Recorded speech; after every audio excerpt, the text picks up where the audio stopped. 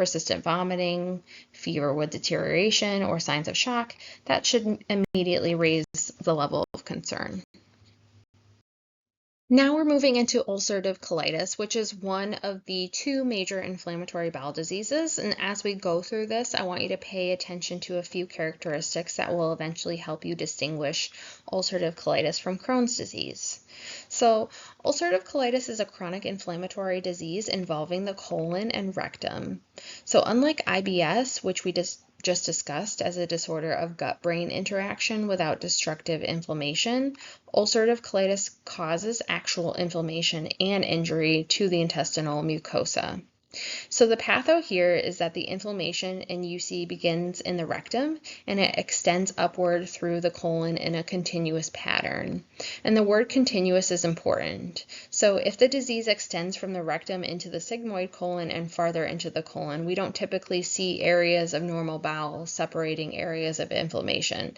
That's going to be very different from Crohn's disease, where we'll talk about skip lesions. Another important distinction is how deeply the inflammation extends. So with UC, primarily involves the mucosa and superficial submucosa, so the innermost layers of the intestinal wall. It does not typically involve the full thickness of the bowel wall like Crohn's disease can. So as the mucosa remains inflamed, it becomes more friable, meaning it becomes fragile and it bleeds easily. So ulcerations can develop and the normal absorptive surface becomes disruptive. So that helps explain the hallmark presentation of bloody diarrhea. So the colon isn't adequately absorbing water, the inflamed mucosa produces mucus and exudate, and that damaged tissue can bleed. So when you think of UC, I want you to think colon and rectum, continuous inflammation, superficial mucosal inflammation, and bloody diarrhea. So we don't have one identifiable cause of ulcerative colitis. It appears to involve a combination of genetic susceptibility, immune dysregulation, the intestinal microbiome, and environmental factors. But essentially the immune system is responding abnormally within the intestinal mucosa, which creates chronic inflammation.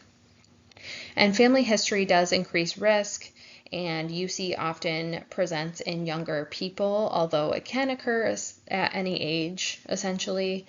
But you'll notice something interesting on this slide, which is smoking. So smoking is associated with a lower risk of developing UC, and it may influence disease activity, which is the opposite of what we see with Crohn's disease. But obviously, we don't recommend that patients smoke to prevent or treat UC, because the overall health risks of smoking obviously far outweigh any potential effect on UC. Clinical manifestations. So the classic manifestation is recurrent bloody diarrhea. And depending on disease severity, patients may have numerous bowel movements throughout the day. They may also experience significant urgency.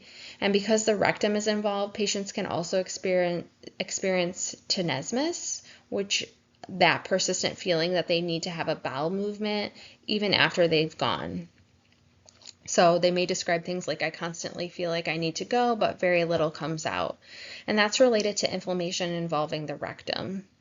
Patients may also have mucus in the stool, abdominal cramping and pain, commonly involving the left side of the abdomen. And during significant flares, patients can also develop fever, tachycardia, decreased appetite, and weight loss.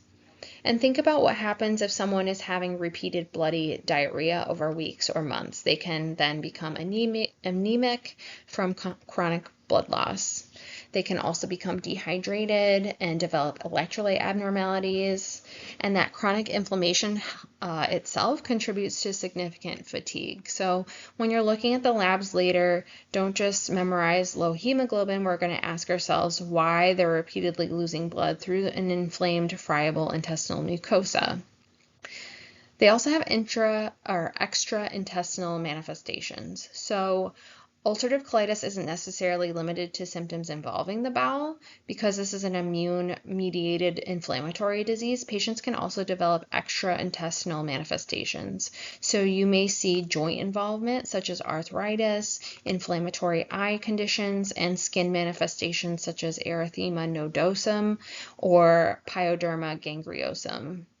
One association worth recognizing is primary sclerosing cholangitis, or PSC, which is a chronic inflammatory and fibrotic disease involving the bile ducts, and it has a strong association with ulcerative colitis.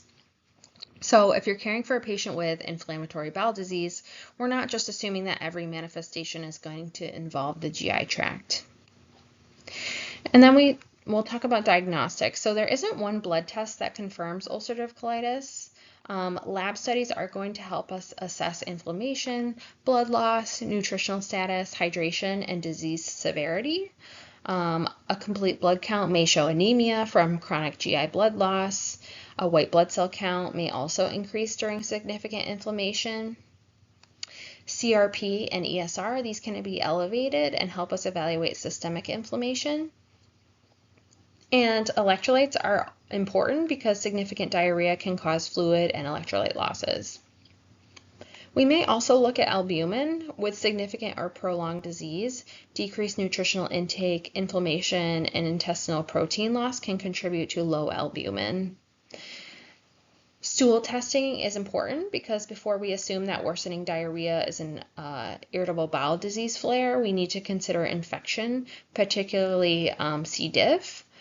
And that's clinically important because infectious colitis and a UC flare can look very similar. So we may send off stool samples for that.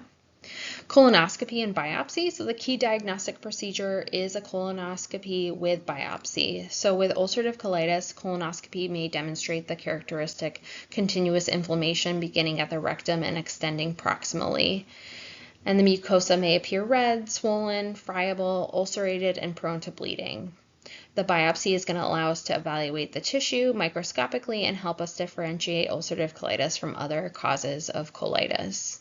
And during a severe acute flare, a full colonoscopy isn't going to be an appropriate diagnostic, again, because the bowel is significantly inflamed and that risk of perforation is increased. So the diagnostic approach is going to be adjusted according to the patient's severity. So again, ulcerative colitis, it stays in the colon, it starts at the rectum, and it spreads continuously. It primarily affects the mucosal layer, and bloody diarrhea is a hallmark manifestation. So when we get to Crohn's disease, I'm going to have you compare each of these characteristics. So let's now compare ulcerative colitis with Crohn's disease. So both are inflammatory bowel disease, but the pattern and depth of inflammation are very different. So the easiest way to understand Crohn's is to remember three major characteristics: that it can occur anywhere from mouth to anus, and that inflammation is discontinuous, so there are skip lesions, and the inflammation is transmural, so it can extend through the entire thickness of the bowel wall. So those three characteristics explain many of the manifestations and complications we see. So let's start with patho. So Crohn's disease is a chronic immune-mediated inflammatory disease. We don't know one specific cause, and instead it appears to involve an abnormal immune response in someone who has genetic susceptibility influenced by environmental factors and the intestinal microbiome. Although Crohn's can occur anywhere in the GI tract, the terminal ileum and colon are commonly affected. And that's important because the terminal ileum has some specific jobs, particularly absorption of vitamin B12 and bile salts. So if the ileum is significantly diseased or surgically removed, the patient may eventually develop nutritional deficiencies. Now comparing the pattern of inflammation with ulcerative colitis. With ulcerative colitis, we said inflammation begins in the rectum and it moves proximally in a continuous pattern. So Crohn's doesn't do that. Instead, you can have an area of severely inflamed bowel, then an area that looks relatively normal, followed by another area of inflammation. Those are called skip lesions. The other major difference is the depth of the inflammation. So ulcerative colitis primarily affects the superficial mucosal layer, where Crohn's causes transmural inflammation, meaning that the inflammatory process can extend through all layers of the bowel wall. And this is probably one of the most important concepts of understanding Crohn's complications. So as inflammation repeatedly occurs and heals, fibrosis and scar tissue can develop, and that can cause portions of the intestine to become increasingly narrow, and we call that a stricture. And now think back to what we just learned about bowel obstruction. So if the lumen becomes significantly narrowed from a Crohn's stricture, intestinal contents may no longer be able to pass normally. So Crohn's disease can eventually cause a mechanical bowel obstruction. And that's why a patient with known Crohn's who develops increasing cramping, distension, vomiting, and inability to pass stool should make you think about obstruction. Also, that transmural inflammation can explain another classic finding of Crohn's complications, which is fistula formation. Because the inflammation extends through the entire bowel wall, it can eventually create an abnormal tract between the bowel and another structure. For example, a fistula could develop from one loop of bowel to another, from the bowel to the bladder, or from the bowel to the skin. So if a fistula develops between the intestine and bladder, the patient may experience recurrent urinary tract infections or even air in the urine. And these deep inflammatory tracts can also lead to abscess formation, which is a pretty bad infection, which needs to be treated right away. So let's talk about the clinical manifestation. We already did a little bit, but the clinical presentation varies quite a bit depending on where the disease is located. So one common manifestation is chronic diarrhea. And unlike ulcerative colitis, where bloody diarrhea is very characteristic, diarrhea with Crohn's may be very watery and non-bloody. Although bleeding can certainly occur, patients frequently experience abdominal pain and cramping because the terminal ileum, it's commonly affected. We see right lower quadrant pain. That's a common presentation. They may also have fever during an inflammatory flare. Weight loss and fatigue, these are particularly important with Crohn's. And we want to ask ourselves why someone with Crohn's might lose weight. So they may be eating less because eating triggers abdominal pain or diarrhea, and they may also have chronic inflammation, increasing metabolic demands. And importantly, if the small intestine is involved, they may not be absorbing nutrients appropriately. So malnutrition can become a much bigger issue in Crohn's disease than we typically see with ulcerative colitis. So I said in ulcerative colitis, we may see weight loss, but with Crohn's disease, we definitely will see probably malnutrition. And because Crohn's can affect the small intestine, that is why we see that malabsorption.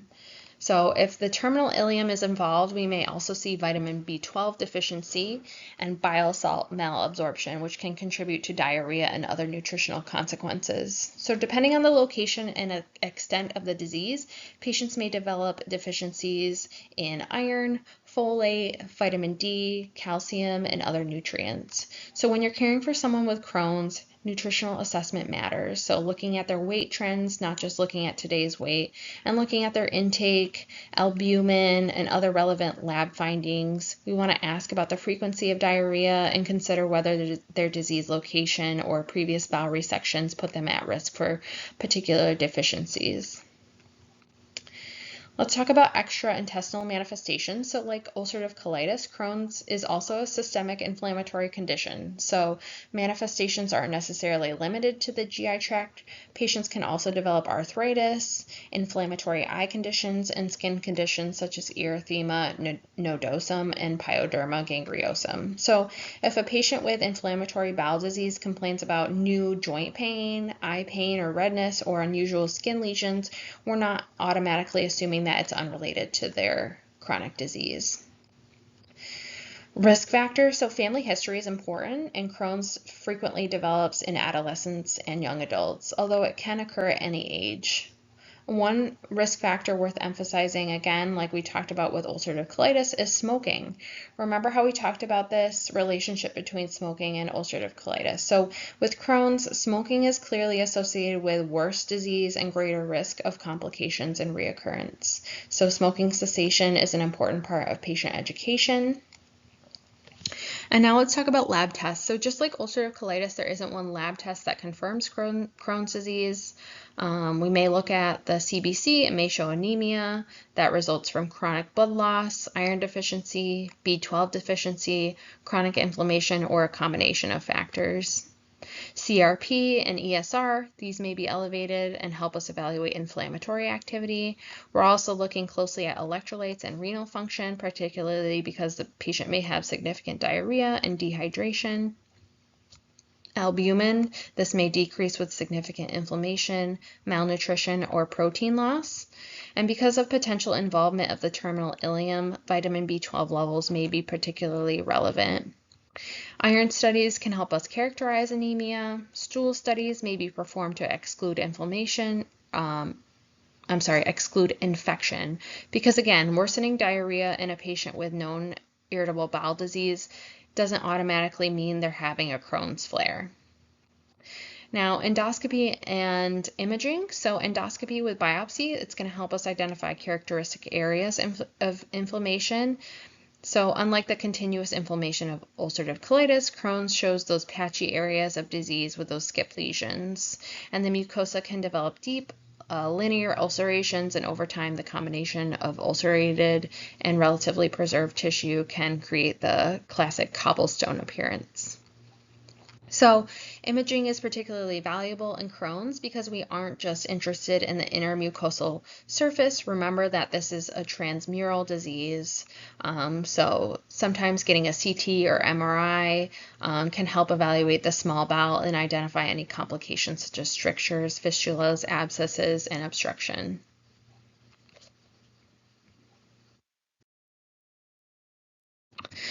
So lastly, we're going to shift from disease processes to something you're very likely to encounter in clinical practice, which is ostomy care. So an ostomy is a surgically created opening that allows stool or urine to leave the body through the abdominal wall. And the actual opening you see on the abdomen is called the stoma. So an ostomy may be temporary or permanent depending on why it was created, and a temporary ostomy may be used to allow a portion of the bowel to rest and heal after surgery, whereas a permanent ostomy may be necessary when part of the bowel has been removed and can't be reconnected. So the two GI ostomies I want you to distinguish are colostomy and ileostomy. So a colostomy is created from the large intestine, and the consistency of the output depends heavily on where in the colon the stoma is located.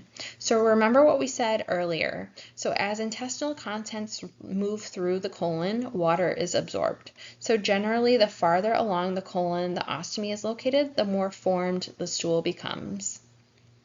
An ascending colostomy tends to have more liquid output, while a descending or sigmoid colostomy generally produces more formed stool.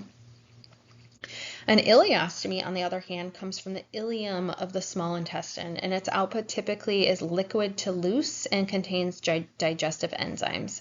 So that creates two major nursing concerns: skin breakdown and dehydration. So the enzymes in ileostomy output can be extremely irritating to the surrounding skin, and because the colon is being bypassed, the patient isn't getting the same opportunity to reabsorb water and electrolytes. So a patient with an ileostomy, particularly a high output ileostomy, can become dehydrated relatively quickly. So if a patient tells you they're having significant increased output and they're also experiencing thirst, dizziness, weakness, decreased urine output, or dark concentrated urine, I want you to be thinking about fluid and electrolyte losses. Now let's talk about assessing the stoma. So every time you're caring for a patient with a new ostomy, we're looking at the stoma. So a healthy stoma should be pink to red, moist, and shiny. I often tell students to think about what the inside of your mouth looks like, that's similar to the type of tissue we're looking at. So the stoma may also be slightly raised above the skin. A small amount of bleeding when cleaning the stoma can be normal because this tissue, it's very vascular. However, significant or persistent bleeding, that's not expected. The stoma itself doesn't have somatic nerve endings, so gently touching or cleaning it shouldn't cause pain. Now, knowing that, what color would concern you? So a stoma that becomes pale, dusky, purple, brown, or black, that raises concern about impaired perfusion and potentially ischemia or necrosis. So that's something we report immediately. Especially after surgery, stoma color and perfusion are important assessments. So pink, red, and moist, great. Dusky, purple, or black, really concerning for compromised blood supply. Now, assessing the skin surrounding the stoma, the peristomal skin. Ideally, that skin looks similar to the rest of the patient's abdominal skin. It should not routinely be red, raw, weeping, painful, or excoriated. So if it is, we want to ask why. And one of the most common causes is leakage underneath the skin barrier, and that's why proper pouch sizing matters. So when we're cutting the opening in the skin barrier, we want it to fit closely around the stoma without actually constricting it. So a common guideline is approximately 1/8 inch larger than the stoma. So if we cut the opening too large, what's going to happen? Now the stool, especially enzyme-rich ileostomy output, can sit directly on the skin, and that causes breakdown. And then on the opposite end, if we cut it too small, we can traumatize or constrict the stoma. And with a new ostomy, remember that postoperative edema gradually decreases, so the stoma changes size during the first several weeks, so it needs to be remeasured regularly. Now, changing and emptying the pouch. So when we're changing the appliance, we're removing the old pouch gently while supporting the skin. We're cleaning the stoma and surrounding skin primarily with warm water, then dry the skin thoroughly before applying the new barrier. So avoiding oily products because they can interfere with adhesion, and the pouching system doesn't necessarily need to be changed every day. It depends on the system and the patient, and it can often remain in place for several days unless there is leaking, burning, itching, or loss of the seal. But the pouch itself should be emptied much more frequently, generally when it's about 1/3 to 1/2 full. So why not let it fill completely? Because the weight of a full pouch can pull on the adhesive barrier, which increases the chances of leakage and skin injury.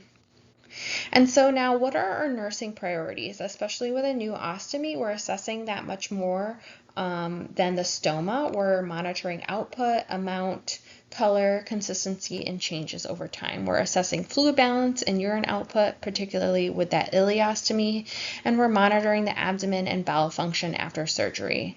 We're protecting the peristomal skin, and we're gradually helping the patient become independent with their care. So early after surgery, some patients may not even want to look at the stoma, and that's okay. We're not going to force that. Body image changes can be really significant, and patients may have concerns about odor, leakage, clothing, work, exercise, diet, travel, relationships, and importantly, sexual intimacy. So part of good ostomy care is normalizing these conversations. And a person with an ostomy can still work, exercise, travel, have relationships, and participate in most of the activities that they did before the surgery. So patient teaching. Initially, patients may need some dietary modifications as the bowel adjusts.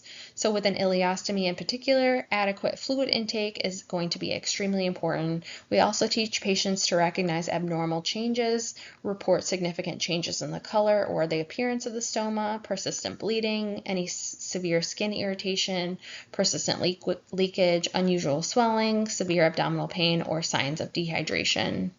And here's another situation I want you to recognize. So if a patient with an ileostomy normally has regular output and suddenly has little or no output accompanied by cramping, abdominal distension, nausea, or vomiting, we're not just documenting that no stool is coming from the ostomy. We want to think about possible obstruction.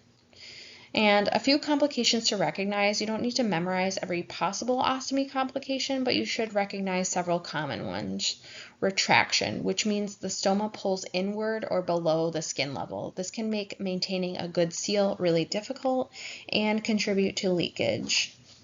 Prolapse, which means an excessive amount of bowel protrudes through the stoma. A peristomal hernia, which occurs when abdominal contents protrude through weakened tissue around the stoma. And again, ischemia or necrosis. This is particularly concerning when we're seeing a significant color change. So for complicated pouching issues, persistent skin breakdown, or concerns around the stoma, this is where our wound care nurse, our wound ostomy and continence nurse, is an incredibly valuable resource. So please call on them if you do need help with ostomy care.